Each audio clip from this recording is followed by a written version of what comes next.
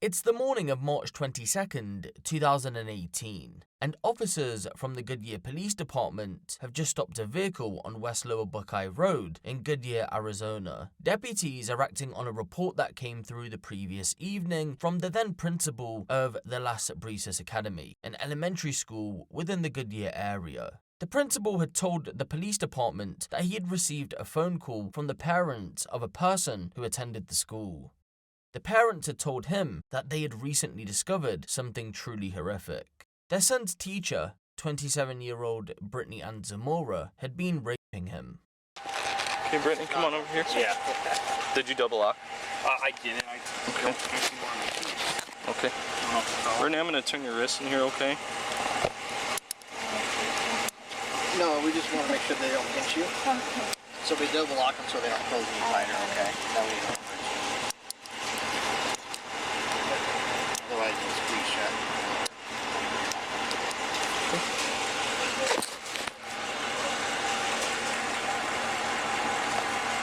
Did you know about that? Okay. Do you have anything on you that's going to hurt me, poke me, stick me, Brittany? What? Do you have anything on you that's going to hurt me, poke me, stick me, anything like that? No. Anything dangerous? No weapons? Okay. Can we take the ring off? Yeah, can you? Yeah. Do I have to take it off? Am I going to be able to put it back on? Yeah, you will. This is your personal property. So everything that goes in this bag. I'm going to take your necklace off as well. So we'll document it. Can you handcuff me so I can take my belly button ring out? Your what? My belly button. We'll let you. We'll do that at the jail. Yeah. Okay. We're not gonna have Or you at the do station. that up here. Okay. Yeah. And then we'll have you do the same with the nose ring too. Right now? Not right now. No. It's back there. Yeah.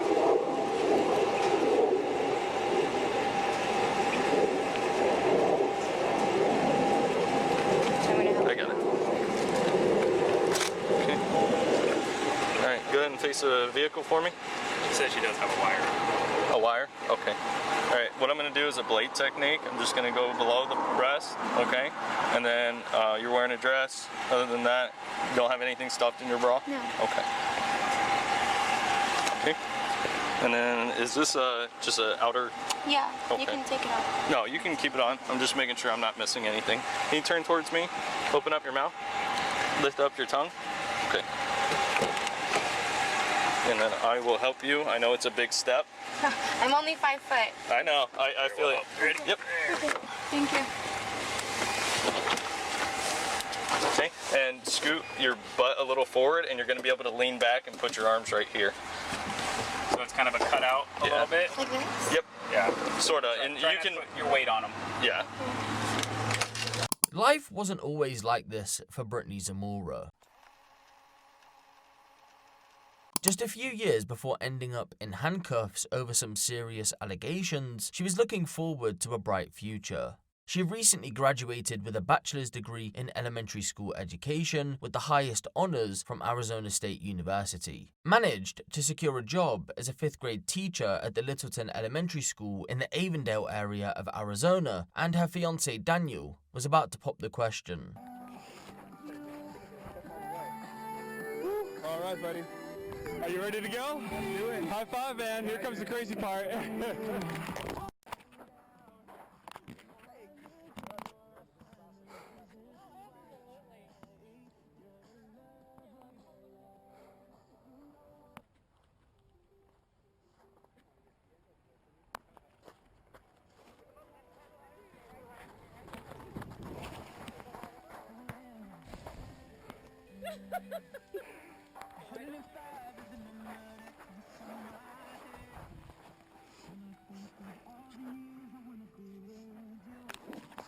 I thought it only appropriate that I've always been falling for you to ask you while skydiving. I love you. I'll do anything for you. I want to be with you for the rest of my life. And I promise to make you happy each and every day towards that. You marry me? Let me put it off for you. Put it out. During Brittany's 4-year tenure at Littleton, she was awarded Teacher of the Year, not just at the school, but for the whole district, had a 100% attendance record, and received another award for having the highest student achievement growth across the district. So it's to no surprise then that when the principal of Littleton Elementary, Timothy D., was offered a role to become the principal at Las Brisas Academy, a brand new state-of-the-art school, in the 2017-2018 school year, he offered Brittany a job. There was an opening as a 6th grade teacher, and she jumped at the offer. But believe it or not, it's this first year at the Las Brisas Academy which would mark the beginning of the end for Brittany Zamora. And it all starts on the app Classcraft. This video is sponsored by me, Abe Huncho. I wanted to let you guys know that I've recently launched a Patreon, and if you wanted to show some extra support, then you now have the option. The Patreon is going to include exclusive content such as full-length Patreon-only videos. We're going to start dropping small news videos again like how I used to in the past on there. And there's some videos that will end up on YouTube but will have an early release on Patreon. That's not all though, because there's a bunch of other features that are currently available and even more are in the works. They're to be launched in the near future. So again, if you want to access some exclusive content, want to check out what's going on behind the scenes, and find out what we're working on in the future, then sign up to the Patreon today from the small price of $3.99. And if you do, there's already a video on there for you to watch. And with that being said then, let's get back into the video. Classcraft is an app used by schools that turns the classroom into a video game. A choice that a student makes during their time at school can lead to a positive or negative influence against their online Classcraft profile. That influence then leads to real-life consequences. Behave badly and you'll lose HP. Lose enough HP and you'll find yourself handing in an assignment a day early. A chat room also operates within the Classcraft app. This feature allows teachers, students, and parents to connect with each other both publicly and privately. During September 2017, Brittany Zamora would use the chat room to groom one of her students. At some point during that month, she'd take some time off work for reasons that have never been stated, and although she wasn't supposed to use the Classcraft app while at home, she did. She would message most of the class publicly, other than one male student who we'll have to call John Doe for privacy reasons. She messaged him privately. The exchange started off as innocent, but soon turned flirtatious. The private conversation between the pair moved over to Instagram and intensified. This was no longer a flirtatious chat, it was full-on sexting. Nude pictures were also being sent. During school, Brittany and John Doe started to get closer. They began exchanging notes. Some were the typical talk of a student and teacher, others were literal love letters. Initially, John Doe's peers weren't aware of his relationship with Brittany Zamora. However, that was about to change when John let his friend, who we'll call Joe, know. About a month or two after we started school, John Doe told me he was flirting with Mrs. Zamora. It became very sexual. At first, I thought he was lying until he showed me the chats. Mrs. Zamora wrote that if she could quit her job and have sex all day with him, that she would. John scrolled down the screen to show me the important things. I saw a picture of Mrs. Zamora wearing only underwear. She had her hand covering her breast. In December of 2017, Brittany Zamora decided it was time to get physical with John. At some point during that month, a parents' evening had taken place, and John Doe's appointment with Brittany was one of the last. The night was said to have gone well, and the family left. But John forgot some of his paperwork in class, so he headed back. When he entered the classroom, only she was present. He told her he came to get his paperwork, and so he grabbed it and was about to head out.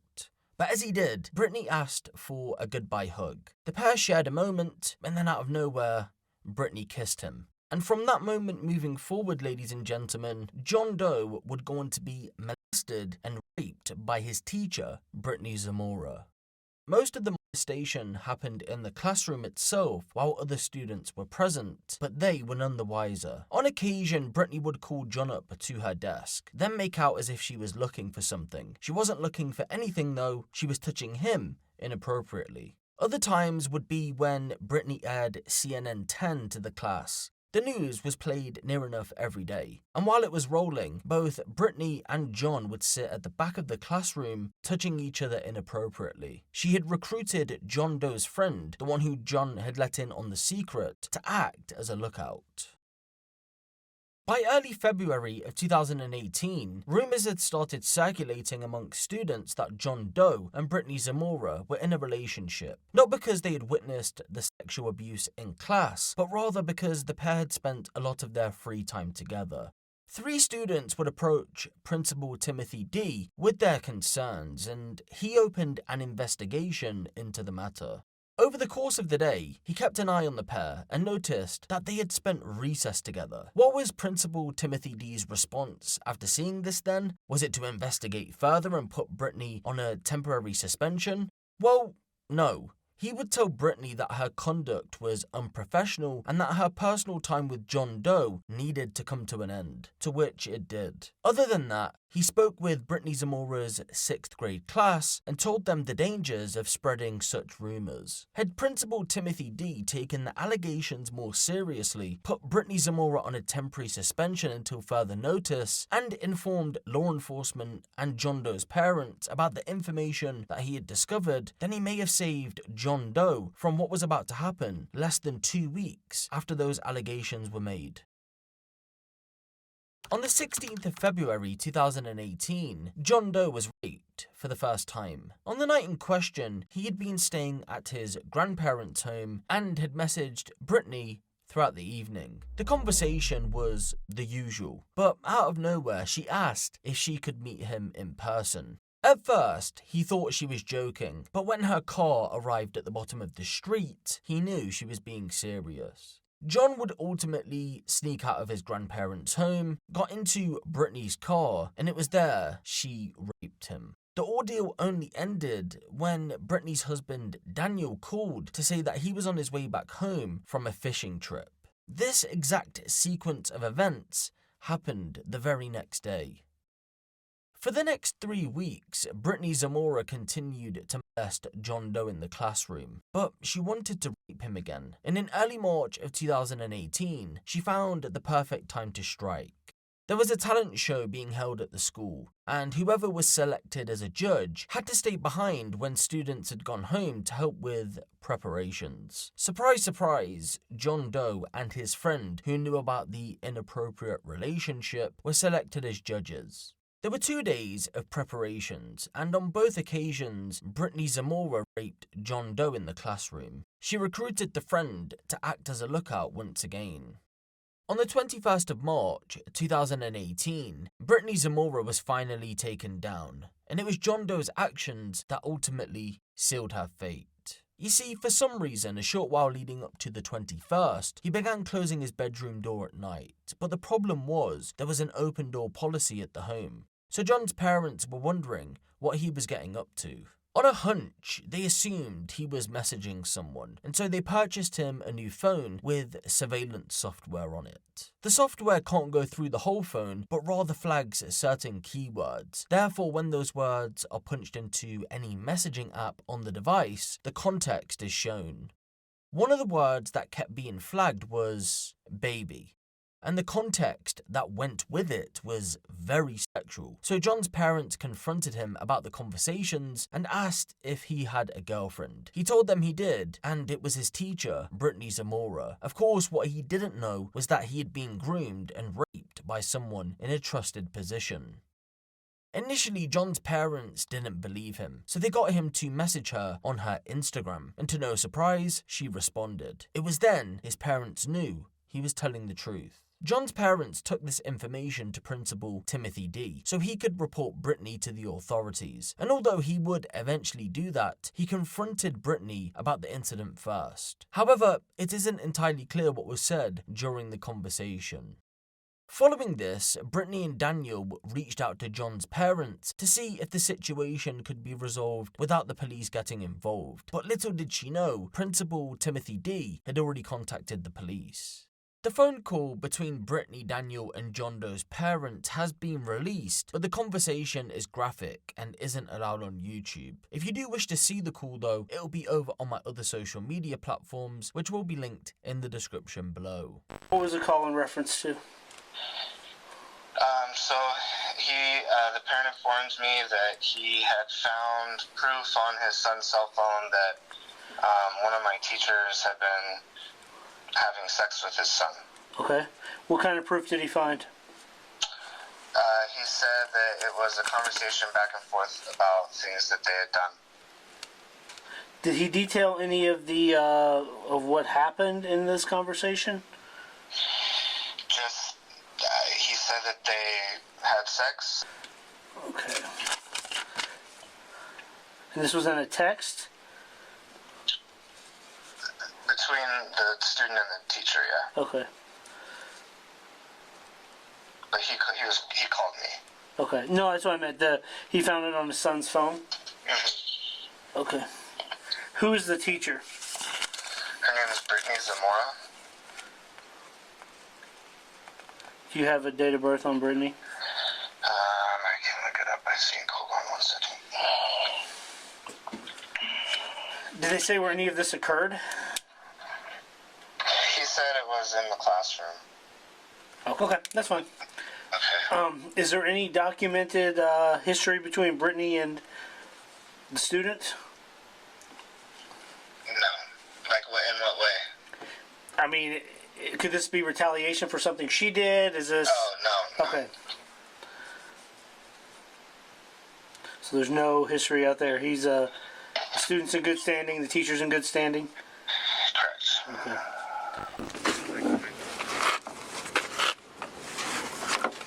Yep. And then we are going to go over to that wall. This way. This way. Stop at the wall? Yep. You can actually stop just before that door. Okay.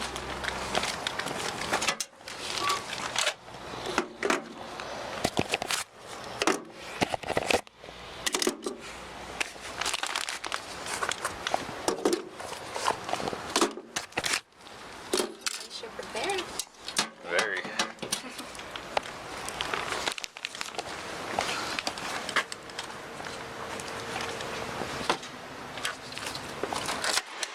Come on in. Go straight ahead.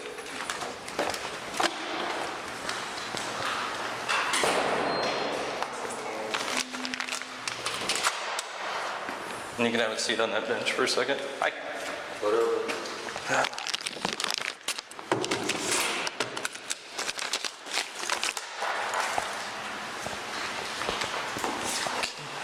Actually, I'm going to have you stand up because I'm going to take those cuffs off you so you can take your jewelry out.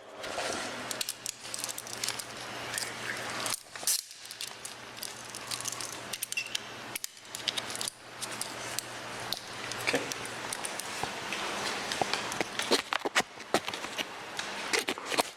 Can I? Yeah, that's fine. If you would like some privacy to get your belly button ring out, I can put you in a cell. Can I just turn around? That's fine.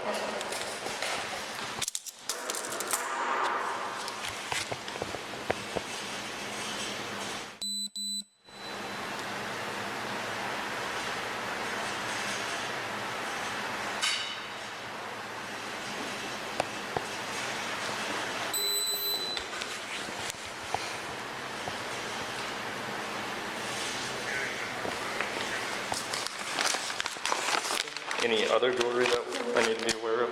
Okay. You can have a seat. Oops, sorry, dude.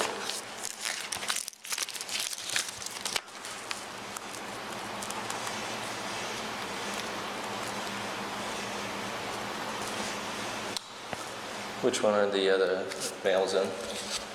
A1 and A2? No, oh yeah, you wanted, I'd put her in A2. A2? B-R-I-T-T.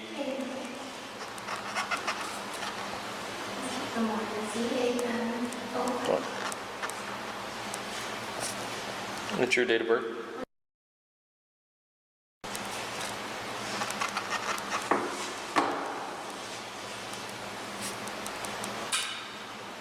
Are you diabetic? Anything like that? Medical issues?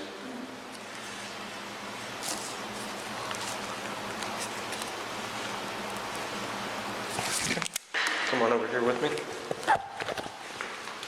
We're gonna go to that second cell door. No. I don't know. And there's no way I can call my husband or anything? They'll talk to you and everything, explain what they're doing, but just sit tight, okay?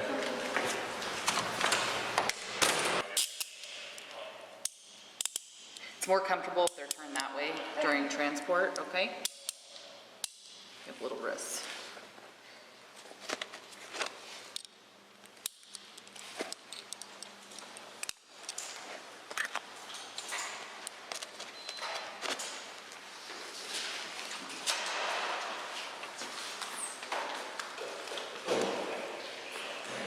Just wait here.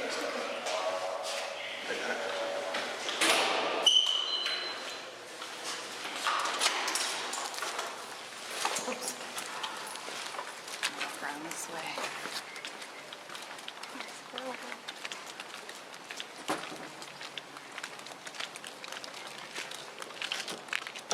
Oops.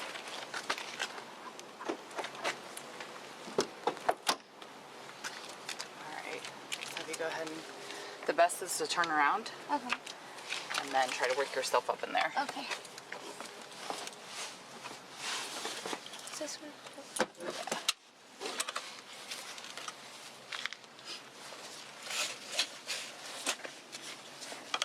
Sorry. No, it's okay. That's my fault.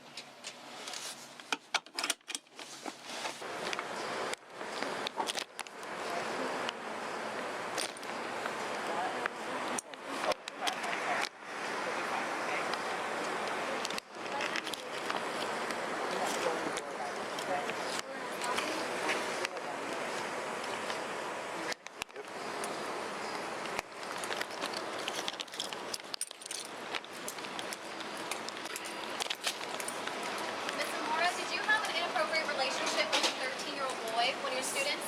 Miss Moore, do you have anything to say to teachers? Miss Moore, do you have anything to say to teachers?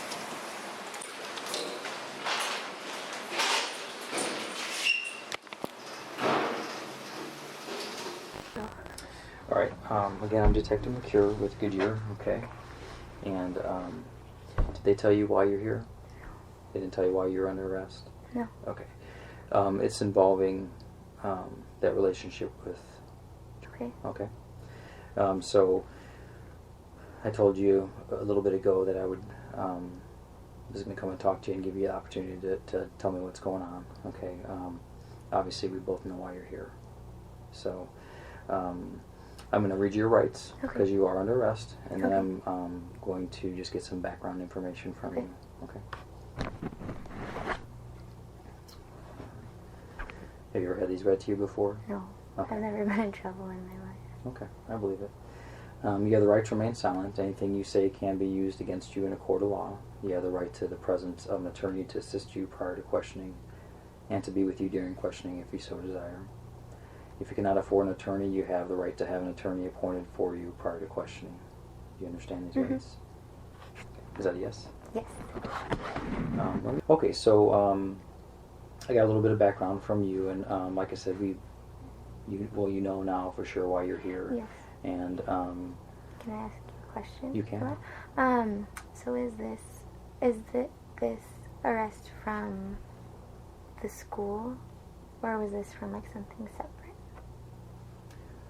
So I had my school call me yesterday and tell me that I was on probation, but I had his father contact me today, so I was just trying to figure out like which one it was from. Well, it's more from things. Okay. Like, the school doesn't really call me, and Okay. So it's from the school's not pressing charges or something like that. It's dealing with parents. So we're dealing with that issue. Okay. So, and there really is.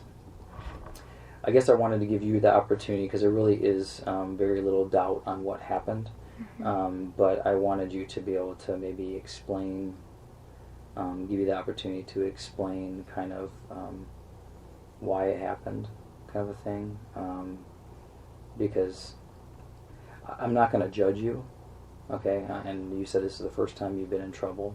I mean, Yeah, and you're 27, so you made it a long ways. So I'm not going to judge you, and people do make mistakes. So there's mistakes that are made in life, and they happen, and it's basically how people move on from those is kind of who they are as a person. So I'm not going to deny that, that it's something, I'm sure you're not either, that it's something that shouldn't have happened. of course. But I'm not going to call you a monster or anything like that and say you did something so, crazy that you're a horrible person. So I wanted you to explain, how this came to happen. Can I wait to have an attorney? You can. Okay. Is that what you want? Okay. Yeah. All right. I just don't know how to go about it. That's fine. Will I be going home today? No. So will I be in jail? Do these type of things have to be made public? They don't have to be made public, but you've kind of been in the school industry long enough to know that when something happens at a school, letters end up having to go out and people ask questions. Hypothetically speaking, what is a typical, consequence that you've, seen past? I don't know. It varies. It's just... I can't give you, I know. I can't give you a black and white answer to that. They take a lot of things into consideration. You don't have a criminal history. At least you're telling me that, and I'll be honest with you, I haven't checked yet. I never did anything. So... I'm sorry, it's just bad. That's okay. I do know, I'm not going to ask you any more questions because you said you wanted an attorney, so did you have any more questions for me? What are the next steps? The next step is basically you do go to jail tonight. I submit some paperwork. I'm little, they're going to tear me apart. Well, if you have problems with somebody, you can voice that to somebody, okay? And if there are problems, they can isolate you. How long do I stay in jail for? Basically, the way it usually happens is you go down there and you see an IA judge within 12 hours. Okay. And that judge will determine what they want to do. Okay. And so they will determine if they are going to let you out on a certain amount of bond. Okay. And they make that determination on, kind of how... I have the best husband in the world. Okay. So much shame. What's that? I just feel so bad. I'm sorry. That's okay. So you'll see the judge and they'll determine what your bail amount is, okay? Okay. And whether or not you can get out on that bail amount. Okay. And that determines when you get out. Okay. Okay, and then you have certain hearings that come up after that. Okay. Okay. Can you call me? I will see what I can do about that, but I would like to talk to your husband first. That's fine, yeah. as long as he knows I'm here. Yeah, and he has called, so... Okay. I told you he'd be freaking out. Yeah, so I think he probably knows. Okay. Because he has called and actually asked for me, I believe. So I will... Your mom is also here. Yeah. So, all right. I'm going to have you go back in there, and I will see if I can get you, see if we have any type of blanket or something, okay? Can I see my mom or no? No. How long do I wait in that room for? Just until we finish up some things on our end. Typically, how long is that? Typically, how long you're in that room? It could be an hour. It could be like 4 hours. Because we're doing some other processes. We're talking to.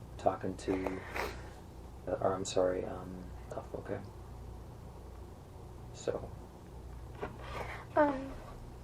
As far as the attorney goes, so how, since I have, in 12 hours, you said? Mm-hmm. I believe it's 12. It's either 12 or 24. I want to say 12, okay. Yeah. So how do I start that process if I'm in... You don't have to do anything. So the minute we book you into jail, yeah. that's when the process starts, and then you will get a judge will end up seeing your case within that amount of time. Okay. Okay. And you'll have the ability to use a phone to call an attorney and stuff like that. You can just tell my mom. Okay. She'll take care of it. You said I could have a blanket, possibly. Yeah, I'll see if I can find you some. Do you guys have like books or anything? I don't think so. Okay. I'm sorry. Okay. All right. Just follow me out. Okay.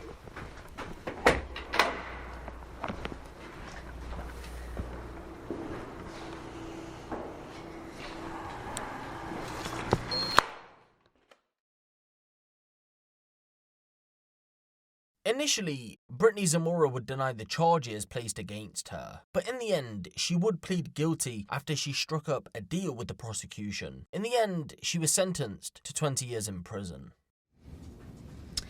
Good afternoon. Throughout the life of has been significant misinformation given to the public. Brittany has been wrongfully portrayed by the state of Arizona and the press as being a predator and has even been called a monster. I have represented Brittany Zamora for almost 16 months, and I can tell you that she is not a monster. Brittany is not a predator, and this was not between a young child and Brittany. This was a teenager. Brittany underwent a psychosexual evaluation, and she passed with flying colors. She is not a danger to society. There were issues in this case. For example, Principal Dickey refused Brittany's request to move the teenager out of the classroom. Brittany Zamora implored Principal Dickey to move him because the teenager had boundary issues and was obsessed with Brittany. I am not making that up. I learned that from Principal Dickey. All things that were outside of the evidence that probably you all received.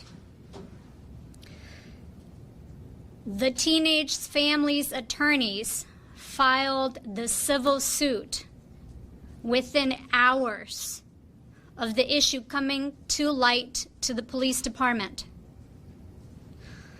The teenager had 2 cell phones. He had multiple social media accounts for the same place.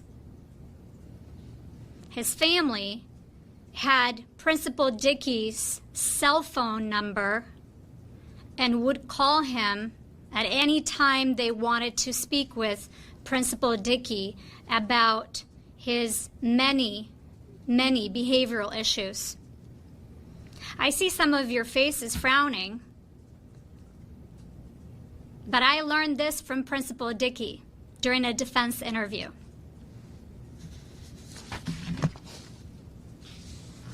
The teenage boy was very aggressive. He even was very persistent in asking Brittany about her birthmarks, molars, or anything else that could be an identifiable piece of information. This was before the authorities were contacted. Now I'm going to read you the statement from Brittany. Good afternoon. My name is Brittany Zamora. Thank you in advance for hearing this statement. After going through the court process for the last 16 months, I can truly say that I have been unfairly treated by the state of Arizona. It is shocking to me how others are so quick to judge based off hearing accusations from only one side of the story. It was made clear to me that the state had already made their decision well before I was given a chance to prove my innocence in any way, shape, or form. Even after obtaining extensive mitigation, completing risk assessment, psychological tests and evaluations, and polygraph tests, all of which proved the highest degree of character, the state decided to turn a blind eye to all. I feel like I was used as a publicity act to gain attention that was often driven by money motivation from several parties. I am here to tell you that I'm not a monster the media has projected me to be. I am kind, generous, responsible, and a caring person. I have always proven to be a person of great character, working selflessly to help people in countless ways, from setting up programs to stop bullying, to creating fundraisers for people and families in need. I have an amazing support system that I'm very thankful for, and I pray one day I can help others to avoid going through the same unfair process. I also hope that our society can learn not to judge each other based off the way that information is biasedly portrayed, because I know firsthand how it feels to be viewed as someone that you're not. Thank you. That is Brittany's statement. I can tell you that I, as a criminal defense attorney, advocate for people who are charged with a crime, people who are wrongfully charged with crimes and wrongfully prosecuted. In this case, Brittany was not given a second chance. In spite of everything, she was not given not even a single day outside of the plea range that was initially offered. However, I'm happy to report that today we were very successful. She was sentenced to the minimum allowed by the plea agreement, and to us, is a win. Thank you for your time, and we will not be answering any questions today. Are you guys really blaming a 13-year-old boy as a victim in this case? That's not what I said. That's exactly what the statement sounded like. Are you honestly saying that Brittany was the victim? You just gonna read that and walk away? You gotta understand, a 27-year-old monster took advantage of a 13-year-old child. I got a notification from an app that we set on our son's phone.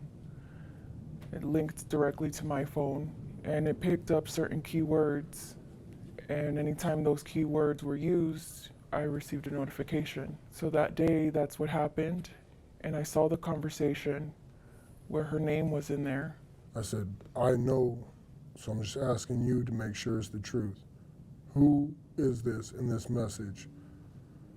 And that's when he told me my teacher. And then I asked him all what happened between him and his teacher. And he told us that they kissed and they had sex. It's starting to hit him, the reality of what actually happened, that he was taken advantage of. If we didn't have the app and we didn't take all the steps, we'd never known that this happened to my son. And how much longer could it have gone? How many other boys could this teacher have done this to? Based on what we know thus far, the school had ample opportunity to nip this in the bud. There was so much more they could have done to prevent this from happening. The school knew that there was an inappropriate relationship going on, dating back to, at the very least, early February, before this escalated into sexual molestation. I want her to spend the rest of her life in prison. Rumors that included an inappropriate schoolyard relationship between the teacher and the student, favoritism allegations, and also rumors that the student and the teacher were actually dating and that he had impregnated her. Okay? These are rumors that the school allegedly investigated on its own without notifying the parents. The parents were not told of allegations involving an inappropriate relationship.